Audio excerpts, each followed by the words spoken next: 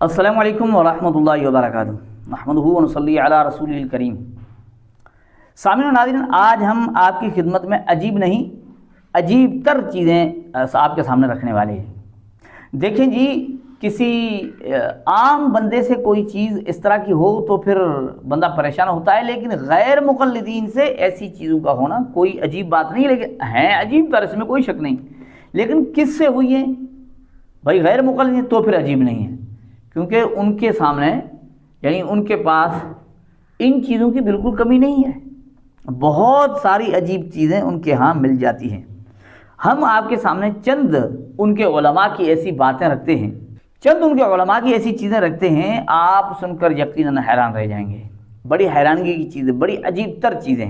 اب ان کے ہمارے علاقے کے موقع سندھی میں ایک بات کر رہے ہیں، ہم اسے آپ کو سمجھائیں گے، اور چیزیں اردو میں ہی، ایک چیز سندھی میں وہ ہم سمجھائیں گے کہ وہ کیا کہہ رہے ہیں۔ اگر آپ سمجھ گئے نا تو آپ کو بات سمجھ میں آ جائے گی کیا کہنا چاہتے ہیں، کتنی بڑی بات کہہ رہے ہیں۔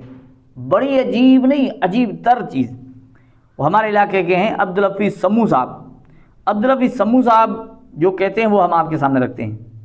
سورہ شعراء کھولو، اللہ اکبر، اللہ تعالیٰ حود علیہ السلام نے ذکر کہو، اللہ تعالیٰ صالح علیہ السلام نے ذکر کہو، اللہ تعالیٰ شعیب علیہ السلام نے ذکر کہو، اللہ تعالیٰ ابراہیم علیہ السلام نے ذکر کہو، اللہ تعالیٰ موسیٰ علیہ السلام نے ذکر کہو۔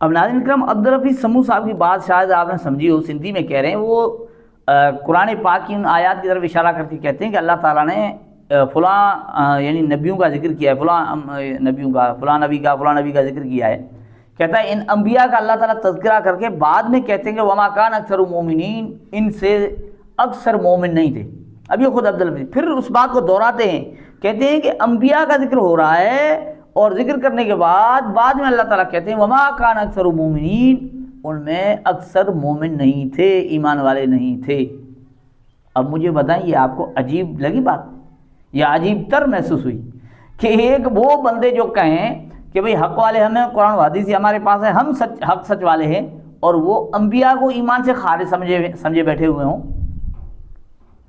واضح ایک چیز ہے نا کہ منہ سے نکل جائے، ایک یہ ہے کہ وہ اسے دہراتا بھی ہے، کہتا ہے کہ انبیاء کا ذکر آ رہا ہے، اور انبیاء کے ذکر کے بعد اللہ تعالیٰ کہہ رہے ہیں وما کان اکثر مومنین، ان میں اکثر مومن نہیں تھے۔ اب یہ جناب غیر مقلد۔ چلو ایک اور آپ کو سنا دیتے ہیں، ایک اور، چلو سن لیجئے۔ سن لو، پوری حدیث سن لو، میں آج بیان کر دیتا ہوں۔ آج حدیث سے ہی سن لو کہ تم جنت میں جاؤ گے یا جہنم میں جاؤ گے، کون ہو؟ ہم کچھ نہیں کہیں گے۔ جاؤ، گالی دینا ہو تو نبی کو دینا، ہم کو مت دینا، کیونکہ ہم تو نبی کی حدیث سنا رہے ہیں۔ تو جناب یہ آپ نے جو سنا، یہ ہیں ان کے جرجیس انصاری صاحب۔ اب یہاں یہ واضح طور پر کہتے ہیں کہ گالیاں دینی ہیں، جا کر نبی کو گالیاں دو، مجھے گالیاں نہ دو۔ حدیث سناتے ہیں، حدیث سنانے کے بعد کہتے ہیں کہ اب اگر آپ کو گالیاں دینی تو مجھے نہیں دینا، نبی کو دینا۔ استغفر اللہ، استغفر اللہ، استغفر اللہ۔ یہ آپ کو عجیب بات محسوس نہیں ہوئی؟ یہ عجیب تر ہے نا، عجیب نہیں عجیب تر ہے۔ لیکن چونکہ غیر مقلد سے پیش آ رہی ہے نا، غیر مقلد سے یعنی چیز ایک سامنے آ رہی ہے، تو پھر عجیب نہیں ہے، کیونکہ ان کے ہاں ایسی چیزیں بہت ساری پائی جاتی ہیں۔ چلیں ایک اور ہیں ان کے عبداللہ ناصر رحمانی صاحب، ان کی چیز ہم آپ کو سناتے ہیں، شاید آپ کو عجیب محسوس ہو۔ ان کا مسئلہ اور چیز ہے، اور سیدنا ابو ہریرہ رضی اللہ عنہ کا عمل اور چیز۔ وہ جو ان کا عمل ہے وہ اصلاً شریعت سے ثابت ہے دھونا، یعنی ہاتھ کا دھونا، پاؤں کا دھونا وضو کے ارکان میں سے۔ اب دھونے کی مقدار اگر بڑھا لے تو یہ وہ چیز نہیں جو گردن کے مسح کے حوالے سے آپ نے کی ہے، کیونکہ نبی علیہ السلام نے فرمایا کہ من اراد ان یطیل غرۃ فلیفعل، جو اپنی اس چمک کو اور لمبا کرنا چاہے وہ کر سکتا ہے۔ ان ہاتھوں کو دھونا کو نہیں ہوتا، اگر آپ اوپر تک دھو لیں تاکہ قیامت کے دن میرے اعضاء اور چمکیں، وہ کر سکتا ہے ایسا۔ تو ناظرین کرام، یہاں عبداللہ ناصر رحمانی صاحب ان کے بہت بڑے ہیں۔ اب دیکھیں کتنی عجیب بات کہتی ہے، وضو کے دوران پاؤں کو گھٹنوں تک دھونے کی اجازت دے رہے ہیں، ٹھیک ہے۔ اب یہ حدیث میں نہیں آیا، لیکن ایک طرف ایک مسئلہ خود اخذ کر رہے ہیں۔ لیکن جہاں گردن کا مسئلہ چونکہ احناف کرتے ہیں نا، اس کا رد کرنے کا یہ نہیں ہے، کہتے ہیں بڑھانا چاہو، اب یہاں سے اس کو آپ بڑھانا چاہو گردن لے جاؤ، وہاں اجازت نہیں ہے، ہاتھوں کو کونیوں سے یعنی یہ کندھوں تک مونڈوں تک لے آؤ اجازت دے رہا ہے، اور پاؤں کو گھٹنوں تک، کہتا ہے یہ سارا پاؤں جو ہے نا قیامت کے دن چمکے گا گھٹنوں تک، تو ان کی سے تو اس کی تو اجازت ہے ان کی طرف سے، اب گھٹنوں تک دھوتے رہو۔ اب یہ غیر مقلد ہیں، اب آپ کو عجیب لگی ہوگی نا، غیر مقلدین سے کوئی چیز ہے یہ عجیب نہیں کہلاتی، کیونکہ ان کے یہاں بہت ساری چیزیں ایسی ہیں، یہ کوئی نئی چیز نہیں ہے۔ تو یہ ان کے بہت بڑے، اس کو امام العقیدہ کہتے ہیں عبداللہ ناصر الرحمانی کو۔ اب احناف کی چیز کا جو رد کرنا کیوں، اس کو تو ماننا ہی نہیں ہے نا، حالانکہ احادیث میں اس کا تذکرہ بھی آ رہا ہے گردن کے یعنی چمکنے کا، یعنی یا گردن سے وہ آزادی کا، اس طرح کے یعنی احادیث میں تذکرہ آ رہا ہے، لیکن چونکہ احناف کرتے ماننا نہیں ہے۔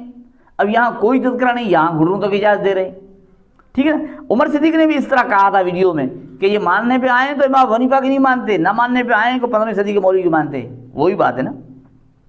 چلیں، بریلویت، دیوبندیت، حنفیت، شافیت، مالکیت، حنبلیت، جتنے بھی فرقے موجود ہیں اس کائنات کے اندر، انہاں کو دلائل موجود نے، لیکن انہاں دے دلائل اللہ نے آسمان تو نازل نہیں فرمائے، اہل حدیث دے جناب دلائل رکھ دے، لیکن دلائل گھر بیٹھ کے حجری اندر بیٹھ کے خود دلائل بنانا نہیں، بلکہ ساڑھے دلائل اللہ نے آسمان تو قرآن سے نازل فرمائے۔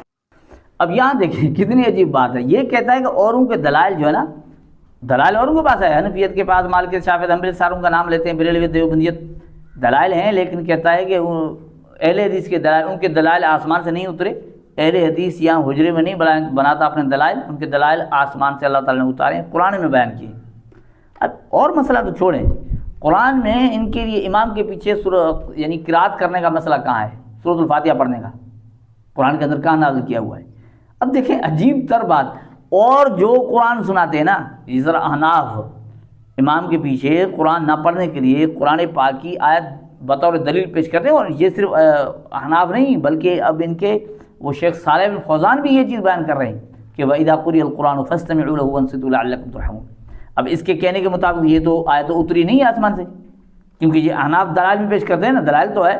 اب یعنی احناف اگر قرآن پیش کریں تو وہ آسمان سے نہیں اترا، اللہ کی طرف سے نہیں اترا، یہ جو منہ سے بیان کریں وہ آسمان سے اترا ہے، اللہ نے اترا ہے، قرآن میں بیان کیا، لیکن ان کے پاس دلائل بھی نہیں۔ ان سے پوچھے کوئی ایک آیت تو پڑھیں اس میں یہ پتہ چلے کہ امام قرآن پڑھ رہا ہو اور پیچھے تم بھی دبا کے پڑھ رہے ہو، کوئی ایک تو پیش کریں۔ لیکن چونکہ غیر مقلد سے ایسی چیز کا ہونا کوئی نئی بات نہیں، عجیب نہیں، عجیب تر چیزیں ہیں، یہ یقینی بات ہے، لیکن غیر مقلدین سے یعنی جو ظاہر ہو رہی ہیں تو اس پر تعجب کرنے کی کوئی بات نہیں، ان کے یہاں بہت ساری سی چیزیں ہیں۔ کرنا جو اہل حدیث ہے تو چھپان دی لوڑ کیڑی ہے،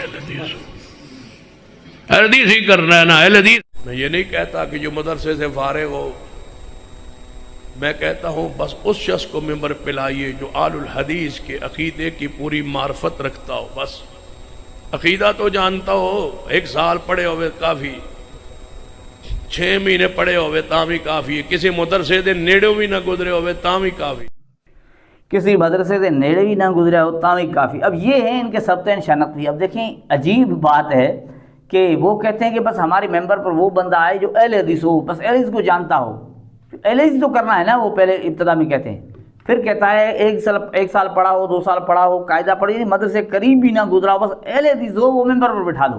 اب مجھے بتائیں جب ان کے ممبر پر بیٹھنے والے اس طرح کے لوگ ہوں جو مدرسے کے کبھی قریب ہی نہ گئے ہوں، کبھی پڑھے ہی نہ ہوں، تو مجھے بتائیں ان سے گمراہی نہ پھیلے گی تو کیا بنے گا؟ ان سے ایسے عجیب مسائل نہ سامنے آئیں گے تو اور کیا ہوگا؟ ایسی چیزیں نہ آئیں گی تو اور کیا ہوگا؟